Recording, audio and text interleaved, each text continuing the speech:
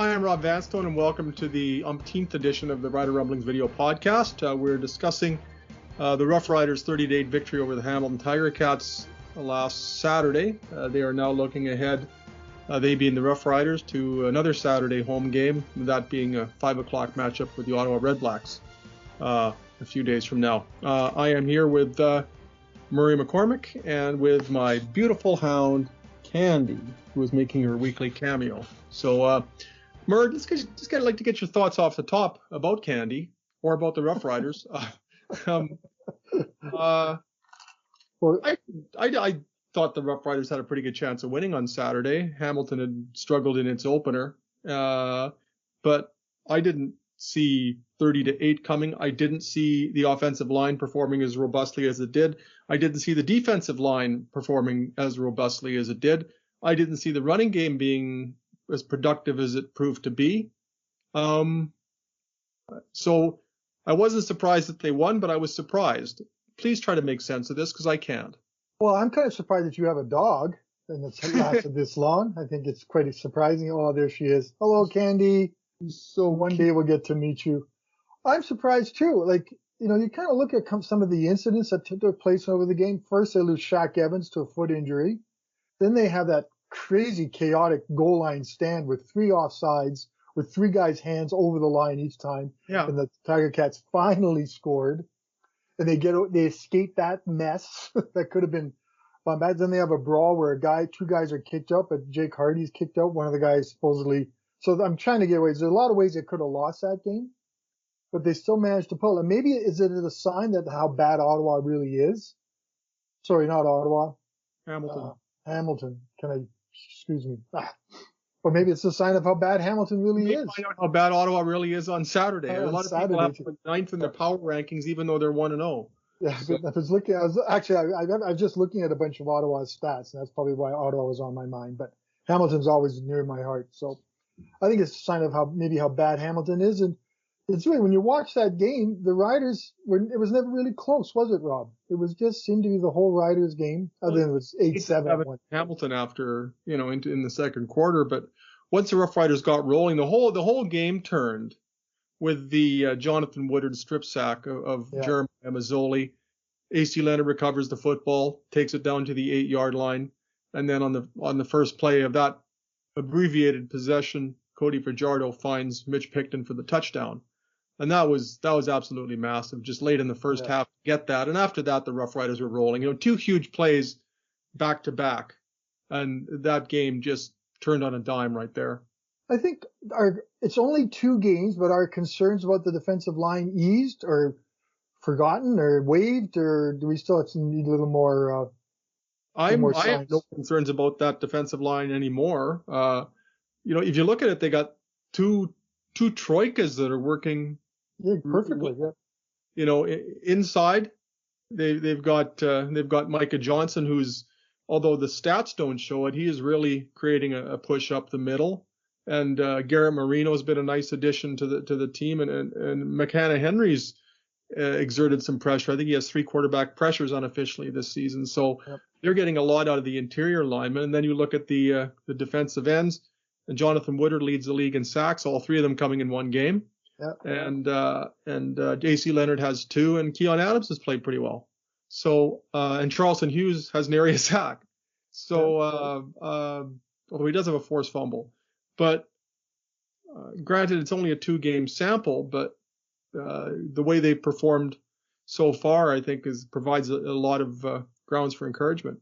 Well, this time last year they had 5 sacks as a team, and then they're 0-2. This year they have 8 sacks, and they're 2-0. Do we read something into the fact that they're getting pressure on the quarterback? And they ended up 5 sacks after 2 games last year. They ended up being tied for the league lead, as they did the year before. So and they're getting the sacks without having to blitz a lot. Exactly. That's what's really telling to me. I mean, it's a dream of every defensive coordinator to be able to get pressure with just your front 4 or even 3. And one of the sacks by Jonathan Woodard, although it was probably a bit of an early whistle, was on a 3-man rush, but he still got pressure there. And McKenna Henry, one of his quarterback pressures this year was in a 3-man rush situation where he just left the center in the dust. So that's I think what puts the Rough Riders in an enviable situation, and that they don't have to really blitz a lot. Aside from when Nathan Rourke was in the game, as he was for a considerable portion of the opener against BC, the Rough Riders and Jason Shivers, the defensive coordinator, have been very selective about when they've sent extra pressure. They pretty much hung back when Michael Riley was in the game in the opener, and they, whether it was Jeremiah Mazzoli or Dane Evans quarterbacking the Tiger Cats, there was seldom an inclination to blitz. 2/3 of the time, 87% of the time, the Riders went with 3 or 4 rushers. They went with 4 pass rushers 67% of the time, and with 3 pass rushers 20% of the time. So they didn't really have to do a lot. But they were effective when they did throw the 7 at them. So when they did throw a bit of a curve at the Tiger Cats, generally it served them well. Also, I like Woodard's first sack. That was a pure speed sack with a nice move on the tackle. I forgot, was that Van Zyl who went on? Zyl, who was injured. He was playing hurt. He was injured that one. He was injured in that play too. But that was a great play. And in the second one, he does a little sort of stunt and shows his power. So this guy Woodard has kind of the attributes you want. He's tall, he's lanky, he's fast. He seemed like a really decent fellow talking to him on Zoom after the game. He seemed like he's a thoughtful guy. Yeah, he's kind of had an interesting career, and he's in the CFL, and he's making the most of his opportunities. So that's good, because if you think about it, Freddie Bishop III suffers a torn Achilles and is gone from the picture, and then you get his backup Tim Williams is supposed to be his backup, and he tears an Achilles, is gone. Yeah, and Pete now gets hurt too. It gets hurt now. So you think of all the guys that are ahead of Woodard that have been injured, that he finally gets his opportunity and gets 3 sacks in a game. Like 3 sacks in a game, we're kind of overlooking it a little bit, but that's pretty impressive. Even though the third one was pretty weak, I don't quite get that. But he was in the grasp. I guess they got to save the quarterbacks, and the league didn't go bananas over the fact that it was such a light sack. But give him credit, he got it. So good for him. I'm looking forward to see what he can do, what more he can do as a defensive lineman, and come up with against the Ottawa Red Blacks, see what he can do against him. So I'm a little high on Woodard right now. Is that okay? I think it's just. Oh, you should be. Actually, I mean, he had a very quiet 2 sacks in the scrimmage, and did really well. And but yet there was so much talk about the other guys. Jonathan Woodard in training camp really kind of flew under the radar. Even when Craig Dickinson was asked to highlight some of the players he thought were performing well at defensive end, he would mention Tim Williams. He mentioned Pete Robertson. He mentioned Keon Adams numerous times, even when Adams wasn't practicing. But Jonathan Woodard just kind of flew under the radar, and it's not unknown for a rider to get 3 sacks in a game. But I've got some stats on this to bore you with. The last time a rider had 3 sacks in a game was July 20th, 2019. Charleston Hughes had 3. He also had 3 on June 15th, 2018. Before that, you have to go back to Ricky Foley on October 19th, 2014. And that season, the Riders actually had 4 3-sack games. 2 by John Chick.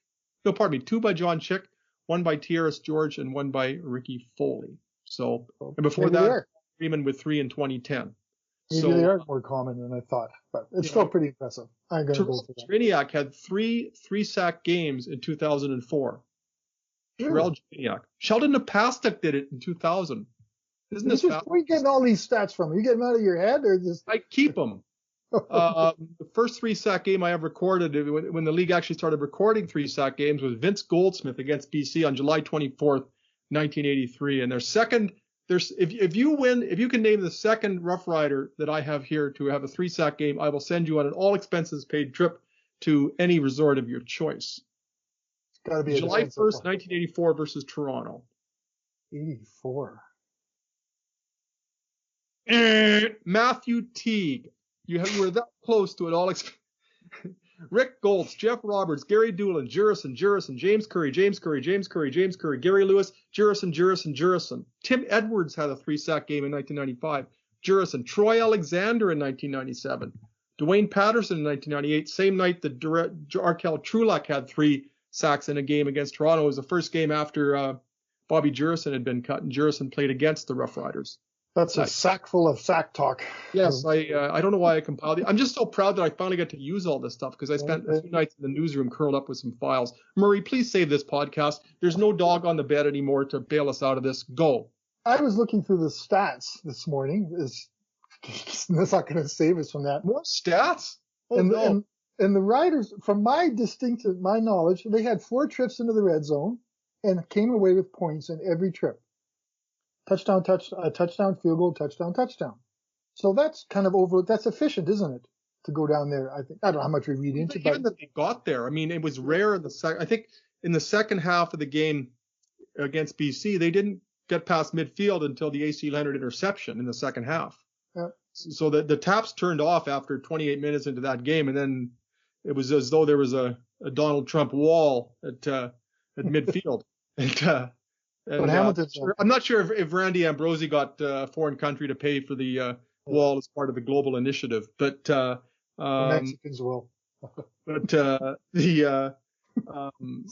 when they took advantage of those opportunities, and even there was one situation too where they were hemmed in, and Cody Fajardo rushed for 20 plus yards on one play. I was yeah. Professional today. That was a great one in podcasting history. To get them out of trouble, they didn't end up scoring on that drive, but just when they were backed up very, very, very deep, that run by Cody Fajardo bought them some time. So it was just smart game planning all around. And it was certainly a reversal of form and philosophy from the BC game, where it seemed the Rough Riders went out of their way not to use the William Powell in the running game. Wow. Against Hamilton, it was Powell. There was one point that William Powell carried the ball 5 plays in a row, and they knew it was coming, they being Hamilton. They just couldn't stop it. And that's especially impressive when you look at the composition of the Rough Riders offensive line. That was especially impressive. I thought I'd written that down, that series there. That imagine if he had done that way back on November 17th, 2019, would we be telling a different story in 2021 with the Rough Riders if they'd bring back what McAdoo's offense and not using Powell in that situation? The big thing in football, and you mentioned it too, is running the ball when everybody in the world knows you're going to run the ball and you still run the ball effectively. That's such a huge part of a football team. It does so much for confidence and does so much for momentum. And I think the offensive line had a fine game. I didn't really see an issue. Like Cody had 2 sacks, but those were kind of passing plays. He was trapped behind the line of scrimmage, so they called them sacks, but there was really no intent to pass on either of those plays. When it was an authentic passing play, it was never any untouched. Yeah. I know we have to bring this up. Let's go for something. What about the return game? Like, man, oh man, Marcus Murphy. I know he had the muff and they lost the ball, and it just does he have it, or does he, I'm watching going, I don't see yards and slipped and actually salvaged something out of that return and got something reasonable. It didn't ultimately hurt them given the disparity in points. The Riders are high on Jamal Morrow. I wonder if there might be a change this week, but the fact that it didn't hurt them, and by the time this podcast is actually aired, this may be proved to be incorrect, but I would think that Craig Dickinson might be inclined to give Marcus Murphy another chance. I would think he would. Because it wasn't one of those type of games where the team ultimately pays the price. And this is someone, remember, who in the National Football League took a punt back for a touchdown for the New Orleans Saints, and is a proven returner at the pro football level. So plus there's a bye week next week, Rob. Why do that now? Give the guy play out, see what he does one more game, get a bye week. I'm not quite sure if they're supposedly changing some of the rules that guys may be able to leave for the bye week. I'm not 100% sure of that. Initially, that wasn't part of it. They weren't allowed to travel on the bye week. But let him play against Ottawa, see what he does, and then make a call after the bye week, and then you go to a longer stretch. But yeah, I just don't see an explosiveness there yet from him. A little bit, but nothing really going to send us over the first game. It looked like he had a chance to break one, but one of the issues too, and part of it's what he's instructed to do. But there were 2 situations where Hamilton missed long field goals, and the Rough Riders opted not to give up a single. And in so doing, they ensured that it was still a 2-possession game, but they cost themselves roughly 50 yards of field position each time, because the ball would just go back to go a lot further upfield if they just give them a point after a long field goal attempt. So I'm not sure in either of those cases the right call was made as far as giving up a single. There was a bit of miscommunication, as Craig Dickinson seemed to characterize it, on the first such attempt, the 55-yarder that was wide. The second time they tried a 51-yarder, and Marcus Murphy ran it out of the end zone. I got to about the 15-yard line, but I think in both cases, give them the point. You're on about the 50-yard line after that, your first down or two. If nothing else, you punt for that single, the way John Ryan is punting, that you just gave away. I don't think he's going to lead the league in singles this year the way John Ryan's punting. His puntings, the majority of them are outside the numbers. He was pinning guys. He didn't need a 70-yarder to score to help that long punt. So I was impressed. John Ryan in the last 2 games has impressed me. He's talked about how he's added the different shots to his different kicks, I guess, because he used the golf analogy, different shots to his game. And I think you can really see them that they're starting to show up I think he needed a season to adjust to the CFL and whatnot and do that in time off. And I think you probably have some amazing stats on John from this game too, but I don't. Well, I have the hang time numbers. His hang time was over 4 seconds on five of the 7 punts, peaking at about just over 4.6 on the first punt, which was a 55-yarder, and that ball was in the air so long I think it had flight attendants on it. Yeah. So, just punting well. There was one punt in the first game against BC. It landed in the end zone and then bounced back to about the 3 or 4 yard line. I don't know how you put that kind of spin on it. I don't know. It's that's amazing to punt the ball that well and then have the kind of spin on it that it comes back into the field of play. I'm quite impressed. Back in the day when I golfed, I could do a little bit of spin on the ball, but never drawn it back 4 or 5 yards like that one did. So John's a bit of a golfer. He probably knows how to do it. What do we think about Cody? Was that the hole where the pencil goes back and forth? Yeah. Sorry. I was also watching again, impressed with how Cody played. I know we always talk about him, but we always talk about him because he's such a key part of the football game. Yeah. Well, he's one of the CFL's 3 top performers this week. I know. So give him credit. I liked what I saw. I liked the way he ran the offense. I liked the way he ran the ball. I'm not as concerned about him going head first. He seems to takes a bit of a chance, but I think he's not putting him. After that last run, or one of the last runs, he came off the field. He looked like he was limping a bit. It only takes one hit, and your whole season changes. Yeah. And one of the things they talked about, Jason Moss had talked about coming into the season, certainly didn't want to put the brakes on Cody Fajardo running, but he wanted him to be judicious about it, and he wanted him to, if possible, slide or avoid any unnecessary contact. And Cody's done that sometimes, but he's such a competitor. And there's that one run where I think he ran for 13 yards. He wriggled out of trouble. It looked like he was going to be trapped in the backfield. He ended up getting 13 yards out of it, but probably has a bruise to show for it too. Yeah. What a play. Two of the quarterbacks that started that had such big impact on the 2019 seasons are both on 2-0 teams, eh? And they're both playing at a level where you go, wow, we're kind of lucky to watch them. Like Zach Collaros had a nice spin move. Started in 2019. Yeah, you look at Zach Collaros had a great spin move with the Bombers, and I remember that one thinking, holy smokes, that's not the guy we saw play here. Because I think we said that last week too about him. The difference though, it's interesting. The first 2 starts that Cody Fajardo had in 2019, they were just filling the air with deep passes. They were really prolific through the air. This season, the Rough Riders, I think, have tried 8 passes where the ball has gone beyond 20 yards, gone 20 or more yards beyond the line of scrimmage. They haven't completed one, where that was the forte of the Rough Riders passing attack during Cody Fajardo's first 2 starts. And for a considerable portion of the season, especially the first half in 2019, that's the one area the Rough Riders offense continues to struggle, is getting the ball downfield. It hasn't hurt them.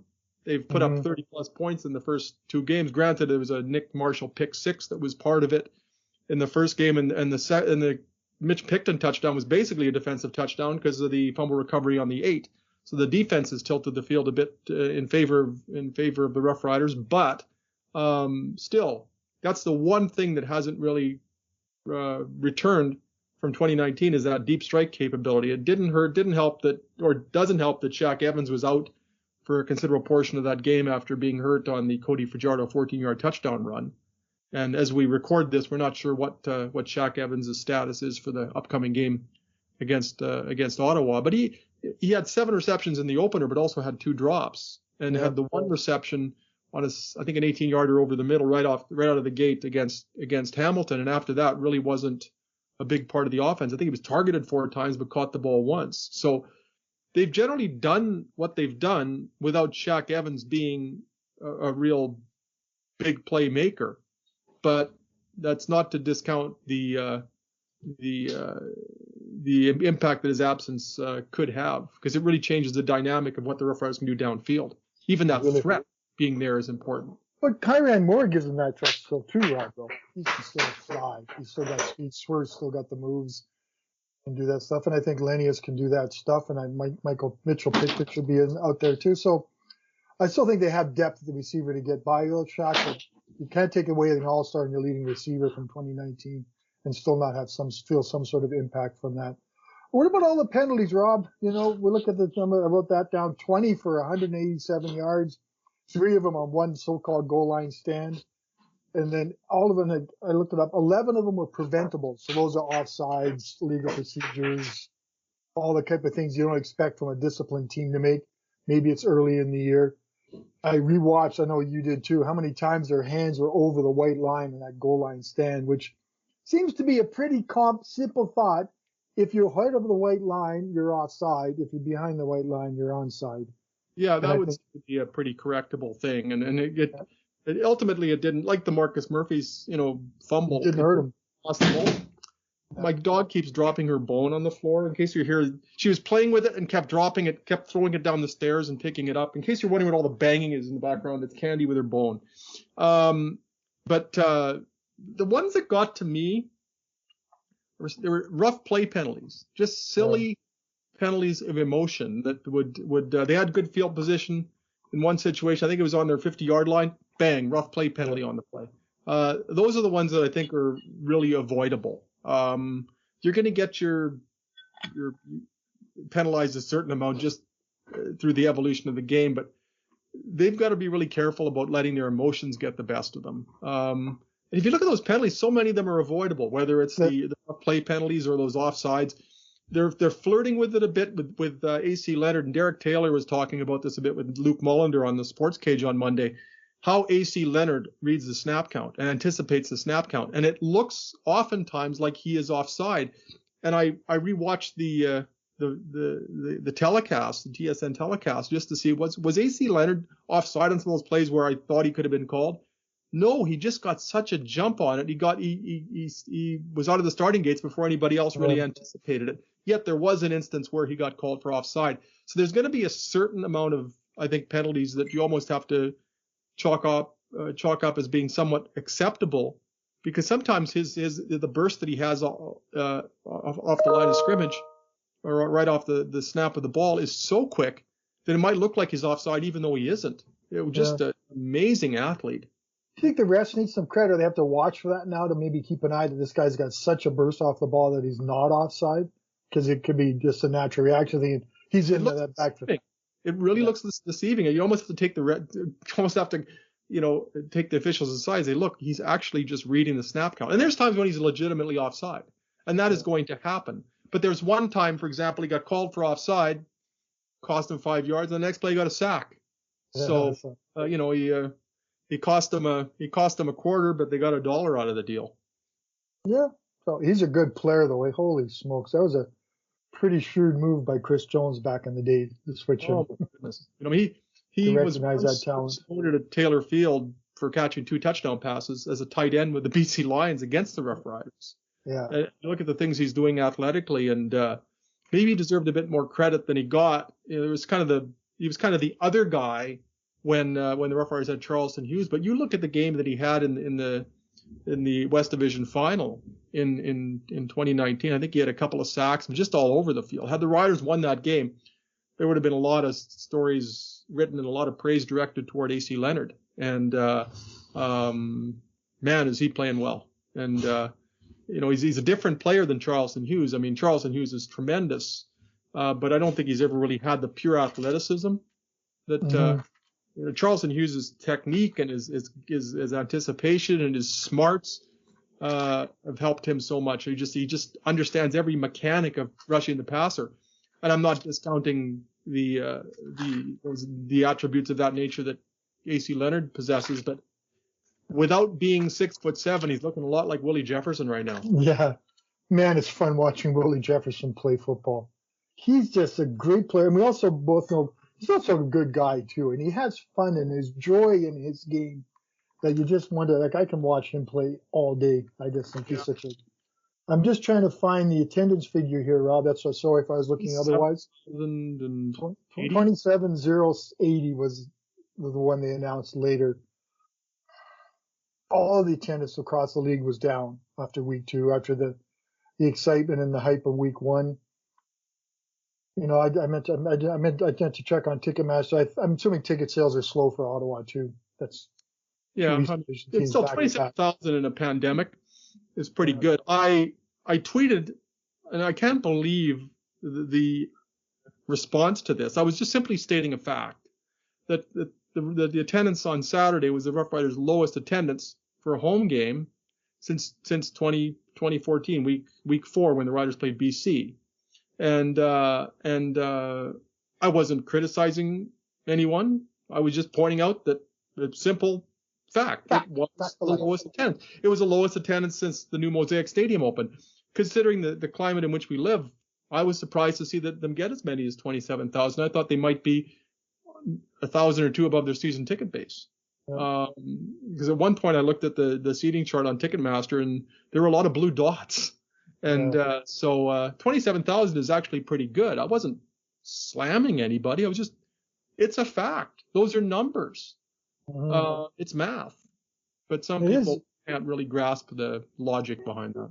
And I understand. It was loud. Like, they were raucous. They were having fun. It was just because I think we have to give people a break.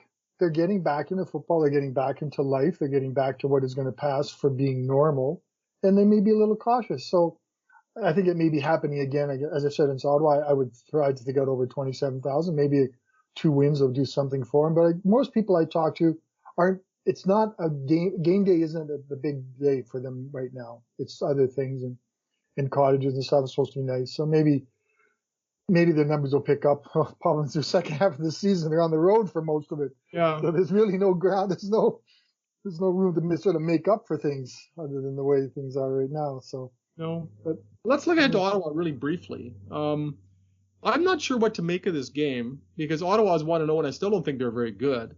No. If not for a bobbled pass that ended up being an Abdul Kane interception return for a touchdown, Edmonton doesn't lose that game to Ottawa. You can't really denigrate a team for winning, but they won the game with 71 passing yards. Matt's throwing arm looks like Linguini, and they, as anticipated, they really don't seem to have a lot of playmakers on offense. The defense certainly played well, but Paul LaPolice's offense was. People say, well, Paul LaPolice is this great offensive coach, and he absolutely is. But they still only got 71 passing yards. It was a bit of a anomaly, I think. If that was a best of 7 between Edmonton and Ottawa, I think Edmonton wins 4 of those 5 games. But still, I mean, the fact that they won the game doesn't make Ottawa the soup can, perhaps, that they may appear to be. Derek Taylor's referring to it as guaranteed win night. Yeah, I see that. He's been saying that since the beginning, so good. So I did that in 2019 when Ottawa was here. I wrote, Riders will kill them. And they pretty much cleaned them. But I know the Riders weren't excited to see that because they thought the dreaded bulletin board material. But, I mean, this should be a check mark in the win column. I think the only thing to defeat the Riders in this game is psychology. They're 2-0. Winnipeg's 2-0. They've got a bye week coming up. Sometimes there's a bit of a danger going into a bye week. At least it was in the Danny Barrett years. You can almost count on them losing the last game before the bye week because it looked like they basically had their bags packed to get away for a week. They weren't a very focused team in those years. I don't think that's going to hurt the team this time around, but I'm already thinking more about the Labor Day game than I am the Ottawa game because that could be an absolutely epic Labor Day weekend game against Winnipeg. Could be an epic couple of weeks. First. Well, man, yeah, they got to beat Ottawa first and the bye week. And don't underestimate how much the bye week means to these guys. They've been in quarantine basically since July 10th, even longer than that. And as I said, the CFL is supposed to be easing the rules to allow some guys to go home on the bye week, but I don't know if you're making what they're making, can they even afford to go home on the bye week? I don't know what's going to happen there. Yeah, it's a weekly flight in and out of Regina. Yeah. You might have to rent a horse if you want to get to the United States these days. Anyway, Rob, I think we've covered a lot of topics, haven't we? Everything. We've got to head off to practice, and I have I keep forgetting the little thingy at the end that Mark Melnichuk asked us to, our producer Mark Melnichuk asked us to play or to discuss or to relate to our fine audience. So I've recorded it simply so that we have it for posterity. So here is me, a little ventriloquism here. If you enjoy the podcast, please leave a review and a 5-star rating. It helps us grow the podcast. You can subscribe to the show on Apple Podcasts, Google Podcasts, Spotify, Stitcher, or wherever you get your podcasts. Pretty good, huh? If you'd like to send us a question, you can email Rob at rvanstone@postmedia.com and we'll read it on the air. You can follow me on Twitter at Rob Vanstone or Murray at MurrayLP. That's awesome. Leave a review and a 5-star rating. It helps us grow the podcast. You can subscribe to the show on Apple Podcasts, Google Podcasts, Spotify. The voice changer app is a beautiful thing. For Murray McCormick, I'm Rob Vanstone. We'll do this again next week. Take care.